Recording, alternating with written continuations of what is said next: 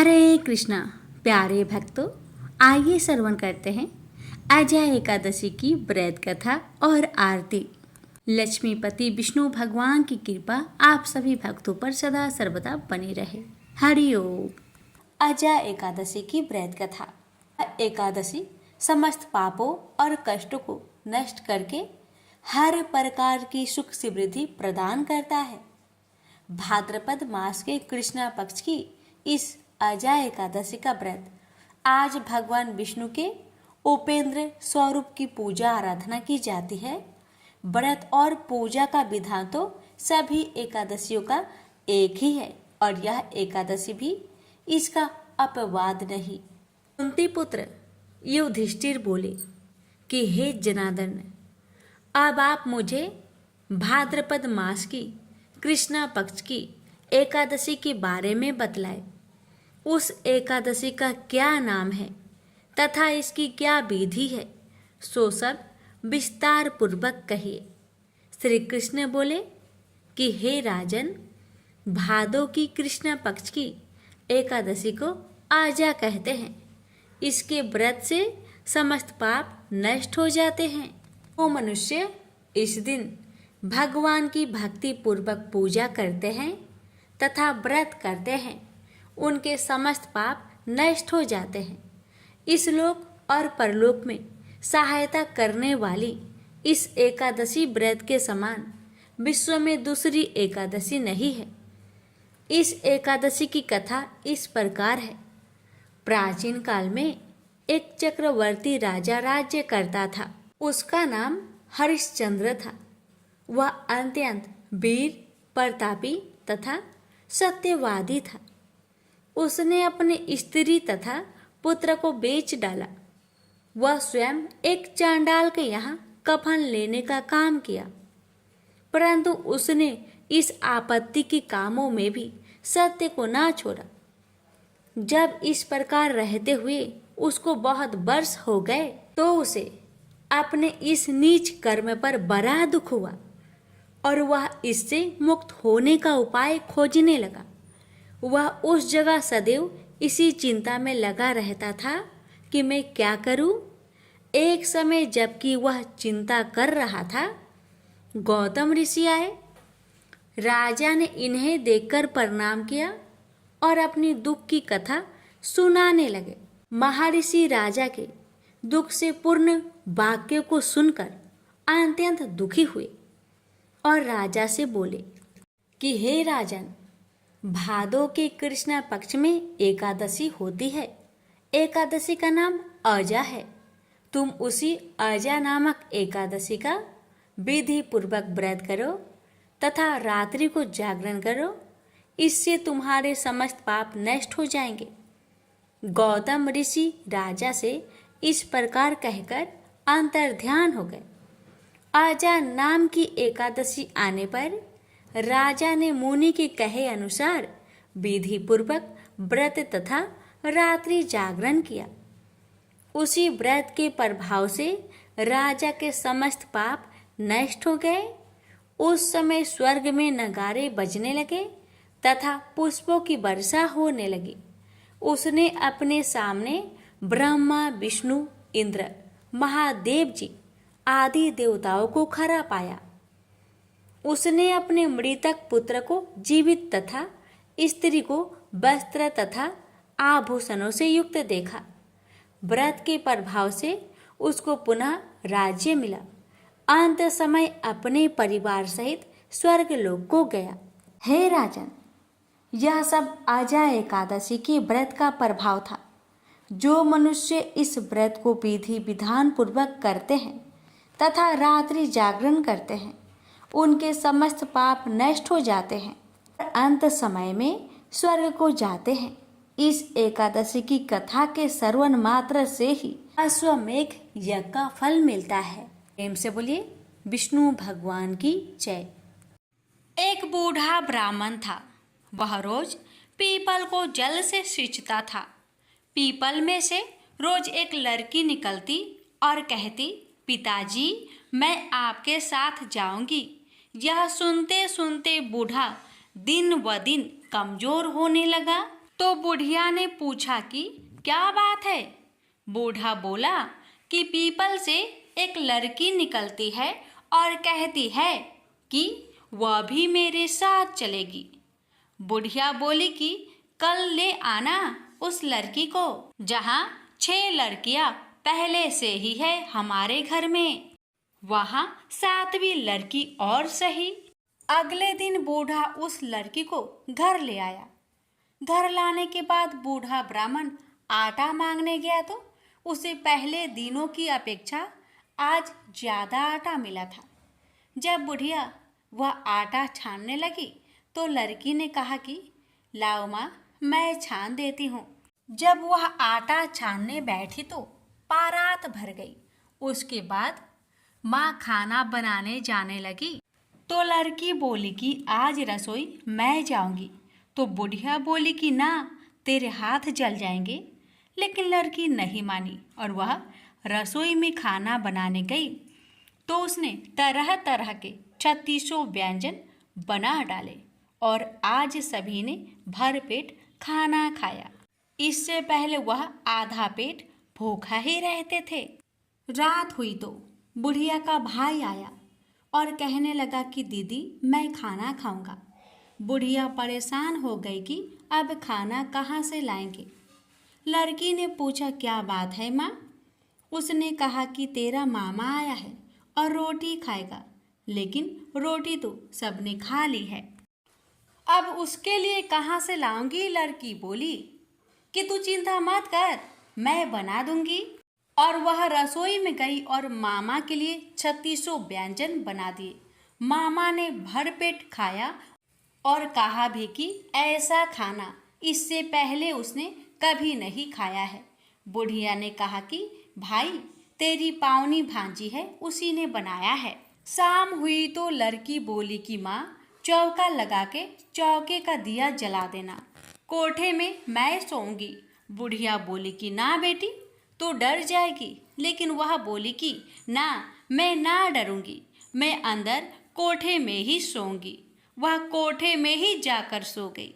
आधी रात को लड़की उठी और चारों ओर आंख मारी तो धन ही धन हो गया। वह बाहर जाने लगी तो एक बूढ़ा ब्राह्मण सो रहा था। उसने देखा तो कहा कि बेटी, तू कहाँ चली। लड़की बोली कि मैं तो दरिद्रता दूर करने आई थी, अगर तुम्हें दूर करवानी है तो करवा लो। उसने बूढ़े के घर में भी आंख से देखा तो चारों ओर धन ही धन हो गया। सुबह सवेरे सब उठे तो लड़की को ना पाकर उसे ढूंढने लगे कि पावनी बेटी कहाँ चली गई। बूढ़ा ब्राह्मण बोला कि वह तो लक्ष्मी माता थी, जो तुम्हारे साथ मेरी दरिद्रता भी दूर कर गई। हे लक्ष्मी माता, जैसे आपने उनकी दरिद्रता दूर की, वैसे ही सबकी करना। अब श्रवण करें जगदीश जी की आरती। ओम जय जगदीश हरे, स्वामी जय जगदीश हरे। भक्त जनों के संकट क्षण में दूर करे। ओम जय जगदीश हरे। जो ध्यावे फल पावे, दुख बिन से मन का। स्वामी दुख बिन से मन का। सुख संपत्ति घर आवे, कष्ट मिटे तन का। ओम जय जगदीश हरे। मात पिता तुम मेरे, शरण कहूँ किसकी। स्वामी शरण कहूँ किसकी। तुम्हें बिनु और न दूजा, आस करो जिसकी। ओम जय जगदीश हरे। तुम्हें पूरन परमात्मा, तुम अंतर्यामी। पर ब्रह्मा परमेश्वरी, तुम सबके स्वामी। ओम जय जगदीश हरे। तुम करुणा के सागरी, तुम पालन करता। मैं मूरख खल कामी, कृपा करो भरता। ओम जय जगदीश हरे। तुम हो एक अगोचर, सबके प्राणपति। प्रभु सबके प्राणपति। किस विधु मिलूं दया मिली, तुमको मैं कुमति। ओम जय जगदीश हरे। इन बंधु दुख हरता, तुम ठाकुर मेरे। प्रभु तुम ठाकुर मेरे। अपने हाथ उठाओ, द्वार पर तेरे। ओम जय जगदीश हरे। विषय विकार मिटाओ, पाप हरो देवा। श्रद्धा भक्ति बढ़ाओ, संतन की सेवा। ओम जय जगदीश हरे। तन मन धन और संपत्ति, सब कुछ है तेरा। प्रभु सब कुछ है तेरा। तेरा तुझको अर्पण, क्या लागे मेरा। ओम जय जगदीश हरे। जगदीश्वर जी की आरती, जो कोई नर गावे। कहत शिवानंद स्वामी, मनोवांछित फल पावे। ओम जय जगदीश हरे। प्रेम से बोलिए विष्णु भगवान की जय। अब श्रवण करते हैं एकादशी माता की आरती। ओम जय एकादशी, जय एकादशी, जय एकादशी माता। विष्णु पूजा व्रत को धारण कर, शक्ति मुक्ति पाता। ओम जय एकादशी माता, तेरे नाम गिनाऊं देवी, भक्ति प्रदान करने। गण गौरव की देनी माता, शास्त्रों में बरनी। ओम जय एकादशी माता, मार्गशीर्ष के कृष्णा पक्ष की उत्पन्ना विश्वातारिणी जन्मी। शुक्ल पक्ष में हुई मोक्षदा, मुक्ति दाता बनाई। ओम जय एकादशी माता, पौष के कृष्णा पक्ष की सफला नामक है। शुक्ल पक्ष में होए पुत्र दा, आनंद अधिक रहे। ओम जय एकादशी माता, नाम सटटिला माघ मास में कृष्ण पक्ष आवे। शुक्ल पक्ष में जया कहावे, विजय सदा पावे। ओम जय एकादशी माता, विजया फाल्गुन कृष्ण पक्ष में शुक्ल आमल की। पाप मोचनी कृष्ण पक्ष में चैत्र महाबली की। ओम जय एकादशी माता, चैत्र शुक्ल में नाम कामदा, धन देने वाली। नाम बरुथनी कृष्ण पक्ष में वैशाख महावाली। ओम जय एकादशी माता, शुक्ल पक्ष में होई मोहिनी, अपरा ज्येष्ठ कृष्ण पक्षी। नाम निर्जला सब सुख करने, कृष्ण पक्ष रखी। ओम जय एकादशी माता, योगिनी नाम आषाढ़ में जानो, कृष्ण पक्ष करनी। देव सैनी नाम कहायो, शुक्ल पक्ष धरनी। ओम जय एकादशी माता, कामिक श्रावण मास में आवे, कृष्ण पक्ष कहिए। श्रावण शुक्ल होए पवित्र, आनंद से रहिए। सावन शुक्ल होए पवित्र, आनंद से रहिए।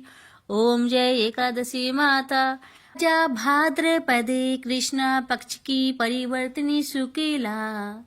इंद्र आश्विन कृष्ण पक्ष में व्रत से भाव सागर निकला। ओम जय एकादशी माता, पापंकुशा है शुक्ल पक्ष में आप हरण हारी। रमा मास कार्तिक में आवे सुखदायके भारी। ओम जय एकादशी माता। देवोत्थानी शुक्ल पक्ष की दुख ना सके मैया। देवोत्थानी शुक्ल पक्ष की दुख ना सके मैया। पावन मास में करूँ विनती पार करो नैया। पावन मास में करूँ विनती पार करो नैया। ओम जय एकादशी माता। परमा कृष्ण पक्ष में होती जन मंगल करनी। परमा कृष्ण पक्ष में होती जन मंगल करनी। शुक्ल मास में होए पद्मिनी दुख दरिद्र हरनी। शुक्ल मास में होए पद्मिनी दुख दरिद्र हरनी। ओम जय एकादशी माता। जो कोई आरती एकादशी की भक्ति सहित गावे। जो कोई आरती एकादशी की भक्ति सहित गावे। जन गुरुदिता स्वर्ग कबासा निश्चय वह पावे। जन गुरुदिता स्वर्ग कबासा निश्चय वह पावे। ओम जय एकादशी माता। जय एकादशी माता। प्रेम से बोलिए एकादशी माता की जय। भक्तों, अब आइए क्षमा प्रार्थना करते हैं। क्या आपको पता है क्षमा प्रार्थना हम भगवान से क्यों करते हैं? भक्तों, हम मनुष्य हैं और पूजा पाठ, व्रत, कथा या नियमों का पालन करते समय अनजाने में कोई गलती हो सकती है, जैसे मंत्र उच्चारण की भूल, विधि में कमी, नियम पूरी तरह से न निभा पाना। भक्तों, क्षमा प्रार्थना यह दिखाती है कि भक्त घमंड रहित होकर भगवान से कहता है, हे प्रभु, मैंने पूरी श्रद्धा से प्रयास किया, पर यदि कोई कमी रह गई हो तो मुझे क्षमा करे। शास्त्रों में कहा गया है कि जब हम अंत में क्षमा मांगते हैं तो व्रत और कथा का पुण्य फल और अधिक बढ़ जाता है। भगवान दयालु है। क्षमा प्रार्थना करने से पाप मिटते हैं और पुण्य अस्थायी हो जाता है। क्षमा प्रार्थना करते ही मन हल्का हो जाता है और एक संतोष मिलता है कि हमने अपनी भूलें प्रभु को समर्पित कर दी। आइए बढ़ते हैं क्षमा प्रार्थना की ओर। हरि ओम। भक्त हाथों को जोड़िए और भगवान से इस प्रकार कहिए, हे परमपिता भगवान श्री हरि विष्णु, यदि एकादशी व्रत के पालन में मुझसे कोई त्रुटि, भूल या अपराध हुआ हो, चाहे वह व्रत विधि में, नियमों में, पूजा अर्चना में या मन वचन कर्म से हुआ हो, तो कृपया मुझे क्षमा करें। हे दयानिधे अनंत कृपालु नारायण, आपकी शरण में आया हुआ भक्त कभी व्यर्थ नहीं जाता। मुझ पर अपनी कृपा दृष्टि बनाए रखे। मुझे सदैव भक्ति, सत्य और धर्म के मार्ग पर चलने की शक्ति दे।